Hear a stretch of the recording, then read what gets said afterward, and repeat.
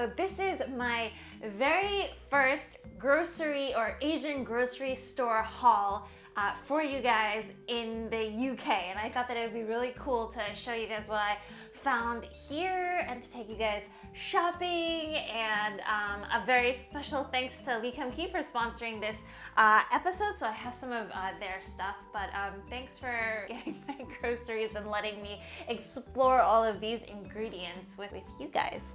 So how have you guys been? I have been okay. The clocks finally switched over in the UK, which I think that happened 2 weeks after the US did. So for a little bit, I was only like, about 4 hours ahead of Boston time. So yeah, so I wanted to show you guys what I bought at the Asian grocery stores here. One big thing is apparently Asian in the UK means more like Indian in the US. So people have told me, like, if you wanted to specify, you know, like Japanese, Korean, East Asian countries, Southeast Asian countries, then that would be clearer. So today I went to more of an East Asian, I went to Chinatown. And I bought all of these things, these new things I thought that you guys might want to see. So I'm gonna start off with the Lychee products first that I found. So with a lot of these sauces, sometimes I do not know which ones are vegan and I do not know which ones are not. So I went through the store and I just found like some sauces that I normally do not use the pre-prepared sauces, just because I end up making them myself, but I do recognize that a lot of people use them because it's like a big saver, a time saver. So the two sauces that I have for you guys today are going to be the Peking duck sauce. So you guys have seen, usually probably in buffets, you know, like the white pancakes, and then you have the duck and the scallions, and then they have this sauce on top. I definitely want to be doing a recipe of this, and then maybe I'll use this for like the easy version, and then I'll show you guys how to make the sauce itself. But I don't really try a lot of these sauces, so let me just try the Peking duck sauce for you. Now this is vegan. It kind of smells like hoisin sauce, if you guys know that. It's kind of like sweet, like a sweet barbecue-y sauce. Yeah, it kind of tastes like a hoisin sauce, but like uber sweet. And so for me, I think it would be a good time saver, but for me, I would probably adjust it with just like adding a little bit more soy sauce to this so that it gets it back to that savory end. And then the second sauce that I have is this black pepper sauce. Now that's also vegan as well, but it looks like that you would just put this on top of steak. So for meat eaters or whatnot, might be a cool thing for you guys. And I like pepper a lot. I don't like spicy things, but I do like black pepper, white pepper. Never had this either. Ooh. This smells super good and savory. It's like black pepper and garlic, and it just smells like meaty, even though there's no meat in here. I'm sure it's just like wheat and soybeans and all that jazz. A little bit of yeast, so let's give this guy a go.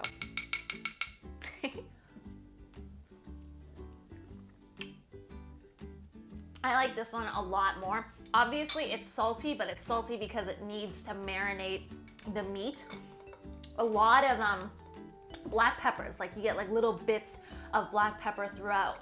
It's salty and savory, but like meaty, like because I think they use some wheat, they use some yeast. It's a very meaty, like, I like this a lot. Actually, I don't think I would change this too much, and I'm interested in maybe like trying this with some seitan, or maybe some kind of like a very pressed tofu. I think that you're gonna get a very meaty flavor out of this. So yeah, this Lychee black pepper sauce. And then two other things.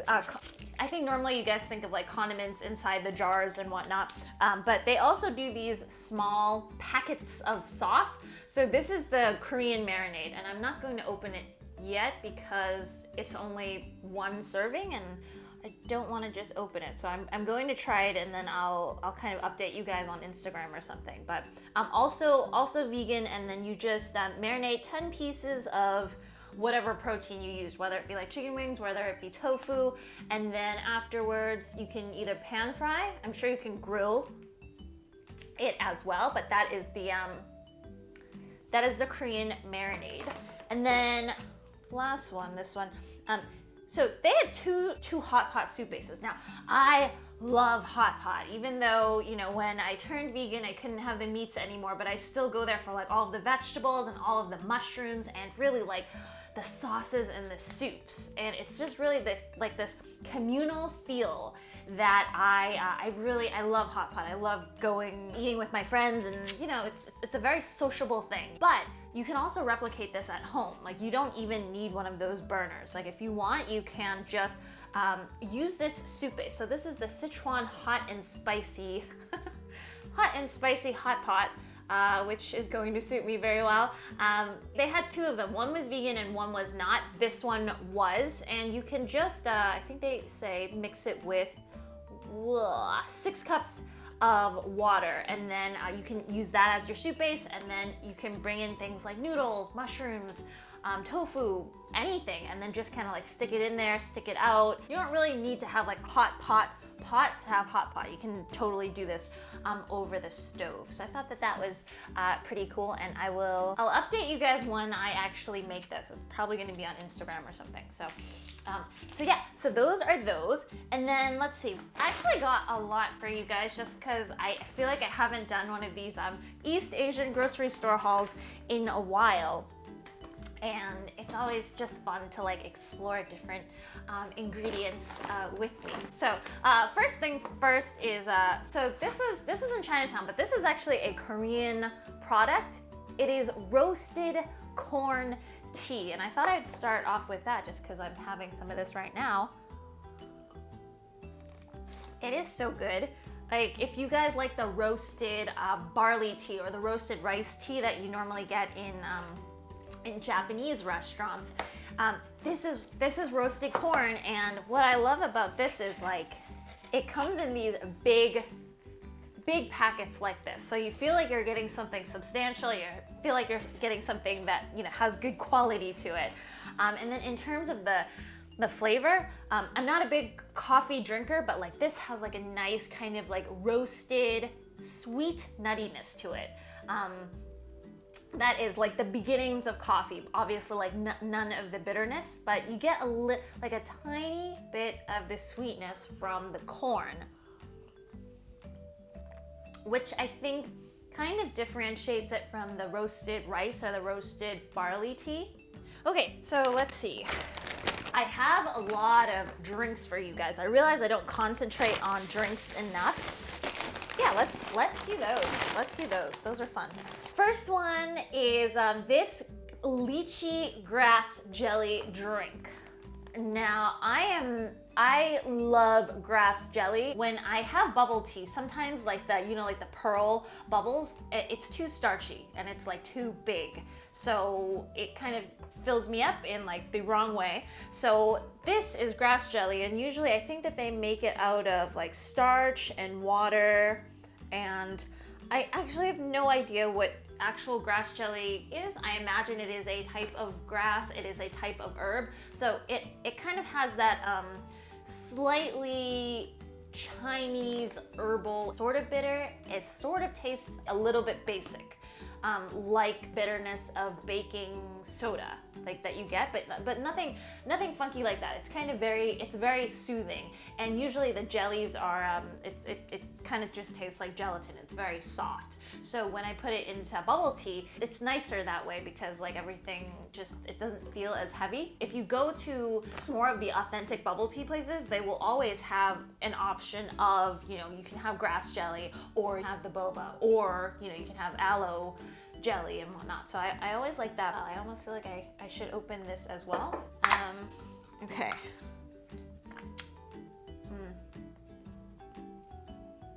Lychee is a very fragrant fruit. It's tropical, but not in that tropical sense. I want to say it's very floral, and maybe like just like a hint of sourness. Yeah, so there's that. Okay, so the next one is this basil seed drink.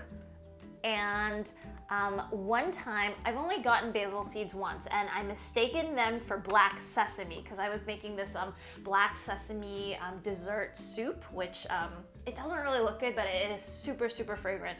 And anyways, I ended up getting these basil seeds, which when you put them in water, it functions a lot like chia seeds in that it starts getting this like gooey kind of exterior on the outside and everything starts to thicken up. And so I've never had this before, but it's basil seed drink with honey. If you don't mind, I have this whiskey rocks glass here, so let me just shake it up so that you guys can see. So, I don't know, I think it depends on, I'll get a close-up of this, but it probably depends on whether you like this sort of like, kind of like chewy, squishy, slimy, slightly slimy texture.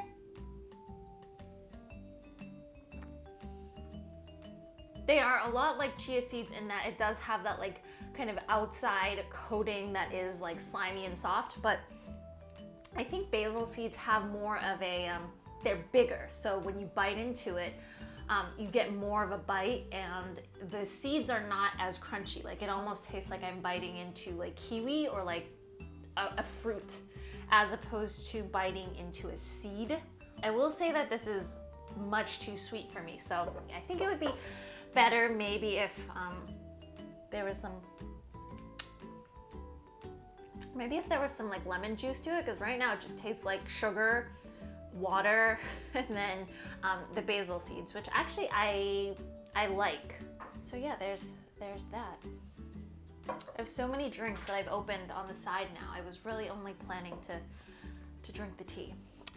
Next, I'll take these out. Okay, so one is the Boba Pearls. So for those of you that like going to bubble tea and like drinking boba, I know that it can get super expensive. Like in Asia, it's actually very cheap. It's super good, it's very cheap. Everything's like, the tea is fragrant, everything's like really good quality. When they brought it over to the States, they were like, oh, well, this is a novelty, so I'm going to charge, $4 or $5 for it. Same thing over here in the UK. Like bubble tea is really, really expensive. So if you guys want to make bubble tea, when you make it at home, you can customize it to whatever you want. You can like add almond milk to it instead of, milk. And essentially these boba balls are made from tapioca starch, cornstarch, water, and then some caramel coloring. And what you do is you boil them. I think you boil them with a little bit of sugar towards the end. Let's see, 10 cups, 1 cup, cover, cook on medium heat, turn off heat for another 2 to 3 minutes. All right, so essentially you boil it, it gets really soft. For these, if you guys like leave it overnight, or if you've ever had like bubble tea with boba that was not fresh, the tapioca starch starts to harden, or maybe they didn't cook it well enough, so while the outside is nice and chewy, you get to the inside center and it gets super, super hard. And that's just because either the starch is not cooked or it's been kind of like left out too long. Last of the drinks, so this is Taro Powder. And the only thing that I don't like about this, I found this at the grocery store, and I usually don't find just Taro Powder. But this is also, they have some sugar mixed into this, which is a bummer, but I guess if I were to make bubble tea, I would be adding some sugar in anyways. If you guys don't know, any milk tea that you get, even if they don't put like milk in it, even if it's just from powder and they're like, oh yeah, like it's vegetarian, or sometimes I feel like bubble tea places, they don't know. They're like, oh yeah, like vegetarian, vegan, yeah, whatever. But anytime you have bubble tea that is from a mix, so usually like the taro bubble teas, the honeydew melon bubble teas. Most bubble teas actually come from a mix as opposed to them making it fresh. Most people do not know that like sodium caseinate or like casein is a milk protein.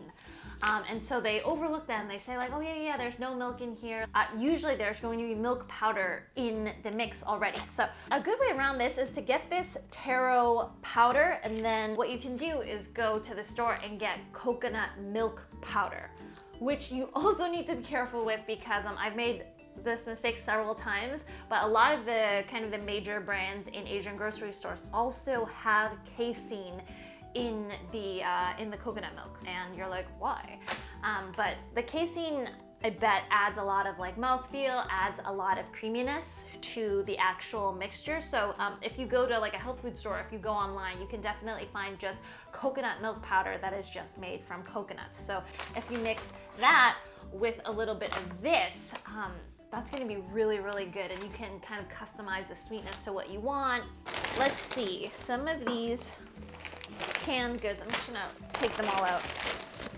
We're at the end of it, good. Okay. So I got some water chestnuts. I think water chestnuts, you can find them at any, I think, normal grocery store as well, but they are sweet and they add a nice crunch to a lot of the foods. Like you can add it to like your egg foo young or different soups, and they're always really, really yummy. And then let's see, I definitely talked about canned jackfruit before, but a lot of the times in American supermarkets, or maybe even in some of the UK supermarkets, jackfruit can be pretty expensive just because I know that people know vegans and vegetarians are starting to use jackfruit more and more for like meat substitutes. But a good way around that is to actually get this canned green jackfruit, and you have to make sure to get the green jackfruit because there's actually the ripe one that's super sweet that you use in desserts. It usually has the sugar syrup in it, but then there's this one where it's usually just mixed in water, and it's the non-ripe version, so you can get more of a bite and more of a feel to that. The only thing with probably canned jackfruit is it doesn't have as good of a texture as maybe, you know, the ones that you can get in the health food store where you can kind of like rip it up into shreds. Like this one you can too, but it's definitely a little bit more watery. Still, like I think it was around £1, so it's gonna be a lot cheaper of an alternative if you guys like using jackfruit, especially for things like pulled pork. What else?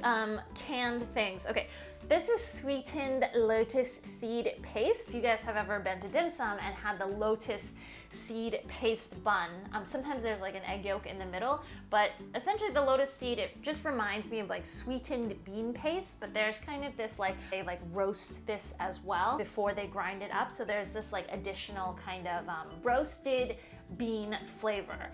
For those that like mooncakes, the basis for the kind of like the filling of the mooncake is this lotus seed paste. So it's nice because you don't have to make it yourself, because usually you have to probably like soak the lotus seed, then you have to cook it, then you have to grind it, then you have to roast it. It can get very troublesome. So it's good to have this in a can.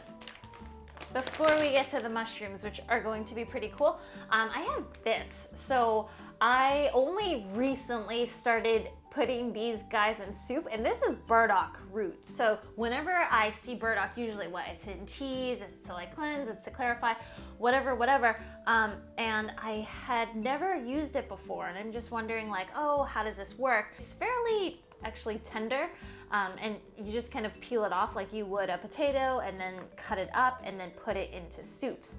And I want to say that I thought that the flavor was going to be more like medicinal or herby or woody, and maybe it was just my soup, but I didn't. It kind of tasted like a very soft but less starchy or grainy potato. It had that kind of like a feeling. So that is burdock root. I know that there's probably like a ton of good for you benefits with that. And then a snack. So I've had the hardest time of finding snacks in Asian grocery stores after becoming vegan, and this is the first time that I've seen these. So these are brown rice seaweed rolls, and they are seaweed flavor. They're individually packaged little kind of egg rolls like this, and there's brown rice, there's konjac powder in this, which sort of like potato-y, there's seaweed powder and soy sauce, and I actually already had like 2 of these before we started the show, but I had thought maybe that it would be a little bit like rice crackery because the first ingredient was brown rice, but it's so fragrant too. Like, it's seaweedy, but it's like a sweet seaweed. So you're not gonna get turned off by it if you don't like the flavors of the sea. And it's hollow in the middle. And at first I thought that it was just gonna kind of taste like a rice cracker, but it is so much more satisfying. They have to have fried this or something because it's not grainy or hard like a rice cake. It's almost like everything just super soft. It's like easy to bite in, and it's very dense. So you're going to get like a good bite to this, and it more or less melts in your mouth. So really like this snack, probably from Taiwan. So I'll take a picture of that for you guys. So definitely try this out. This is, don't eat too much of it, but it's really good. So last two, okay, these are really cool. So they are mushrooms. The first one are these bamboo fungus mushrooms. And I knew that I show you guys, like shiitake all the time. That's the classic kind of East Asian mushroom. But I had these in a soup in Thailand, fairly recently, and they were delicious. They were magnificent. It added such a nice texture to it.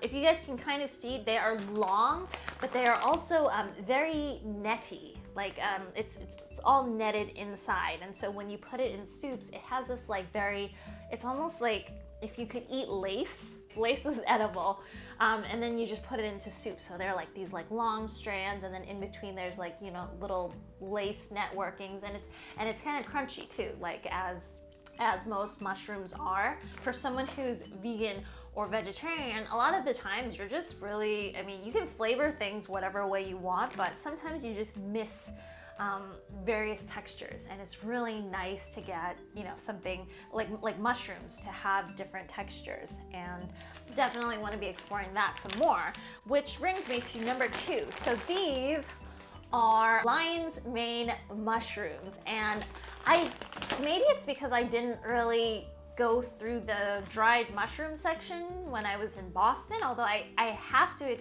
admit I go through it all the time.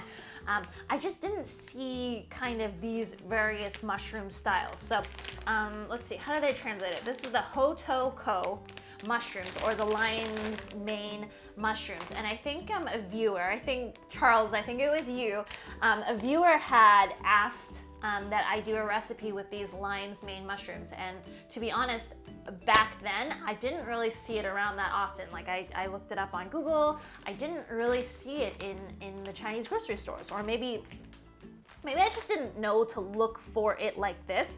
But if you guys can see this up close, it's almost like it's a mushroom, but then the head has like a bunch of these little hairs, like a lion's mane, like little cilia, almost like, if you were to go underwater in the ocean in the corals, that's how it looks. And when I was looking up recipes on, kind of what to do with it or what people did with it, it seemed like a typical like mushroom, like that you can pan fry it, you can marinate it, you can braise it as well, you can deep fry it.